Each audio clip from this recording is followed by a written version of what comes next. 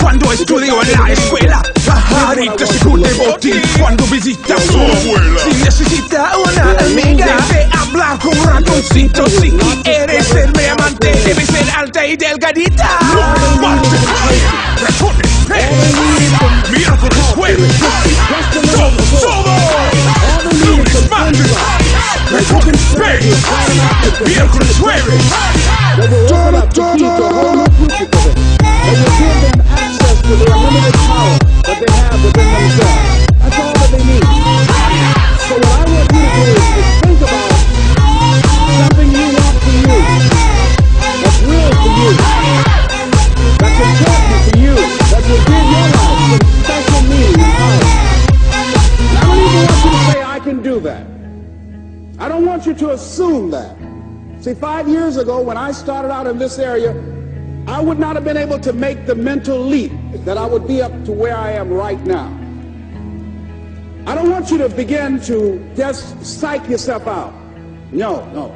I want you to be able to say something to yourself that will enable you to maintain a level of integrity with yourself. That when you say this, even when you face tremendous setbacks, it will be a benchmark to keep you in the game, to keep you moving forward and experimenting and readjusting your strategy and your plan of action, continuously looking for ways to win. So what is that something?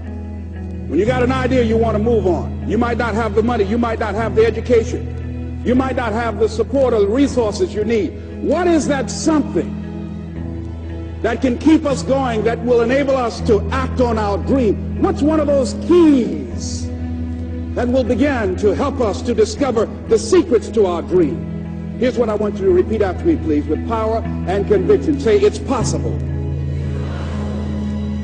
That's all I want you to do when you look at your dream. Just say to yourself every day, it's possible. Just say that every day to yourself, it's possible. Because what does that do? See, it begins to change your belief system. See, the way in which we operate, ladies and gentlemen, it's a manifestation of what we believe, what's possible for us. Whatever you've done up to this point, all that it really is a duplication, it's a reproduction of what you believe subconsciously that you deserve and what's possible for your life. Most people operate out of their personal history, out of their memory, things they've done, things they've experienced, things they've seen, things that they have observed. What I'm suggesting that you operate out of a larger vision of yourself. I want you to see yourself doing what you want to do, experiencing what you want to experience, having what you want to have, doing what it is that gives your life some meaning and value. Operate out of your imagination, not your memory. Because whenever you look at where you want to go, I'm wanting to warn you, you will have some conversation back here after you go through the data that you've experienced in life saying you can't do it. And so what you want to begin to do is ignore that inner conversation. Well, most people, ladies and gentlemen, when something happens to them, what they do is they begin to believe that that's the way it is. That's the way it's always been. And they can't see the possibility of it being any different. Example, before April 1954, the common belief, the universal belief, because it had been tried again and again and again and people had failed, the belief was that man was not physically capable of breaking the 4-minute barrier, that he could not run a mile in less than 4 minutes. That was the belief on the planet. It had never been done. But here's what happened, ladies and gentlemen. Roger Bannister came along, and he broke the 4-minute barrier. Now here's what's significant about that. Since that time, up to this day, over 20,000 people have done it, including high school kids. What changed? 20,000 people, what changed? Here's what happened when they got on the track. They knew it had been done. And because they knew it had been done, there was a new belief about this barrier, about this goal that was unreachable. And those 20,000 people got in the race believing, knowing in their heart that someone had done it, that it's possible, that they could do it. And I'm saying that if you know anybody that had some goal, some dream, something they wanted to do, and they did it, then I'm saying that you know in your heart that if someone has done it, then you can do it. It's possible.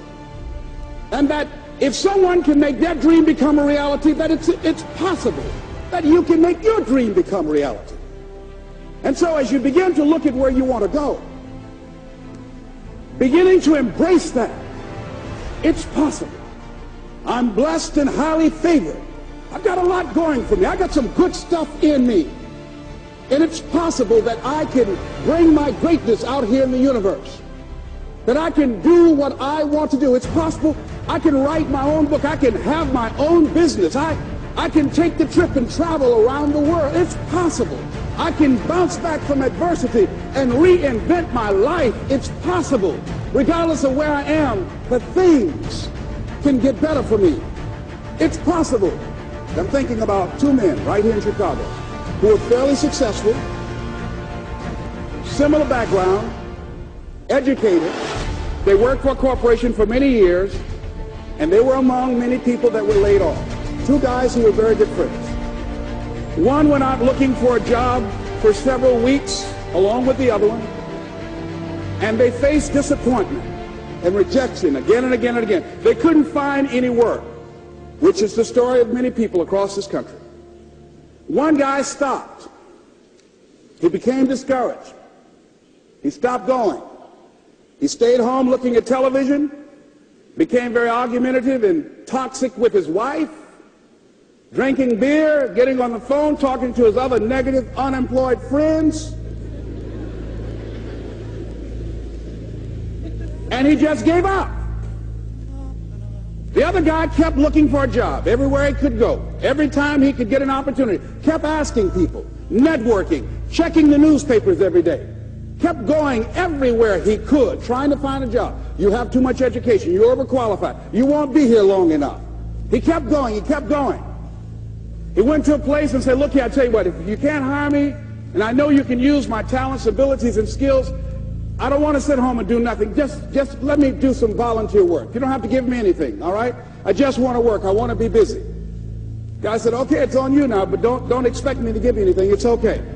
This guy came in and worked. He was the first one there. The last one to leave was the best employee there. About 4 weeks later, one of the top managers quit.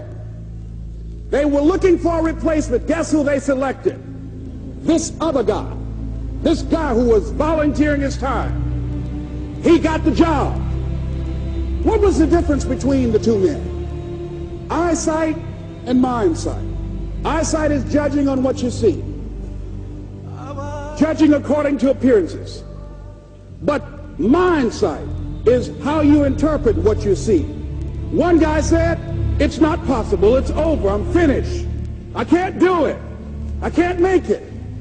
He surrendered. I've faced rejection again and again. I'm not going anymore. There are no jobs out there.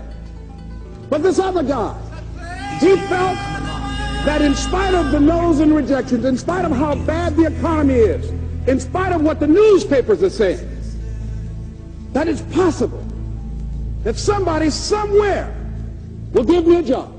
He just kept going, thinking it was possible. And guess what, ladies and gentlemen? That's what we have to do with our dreams.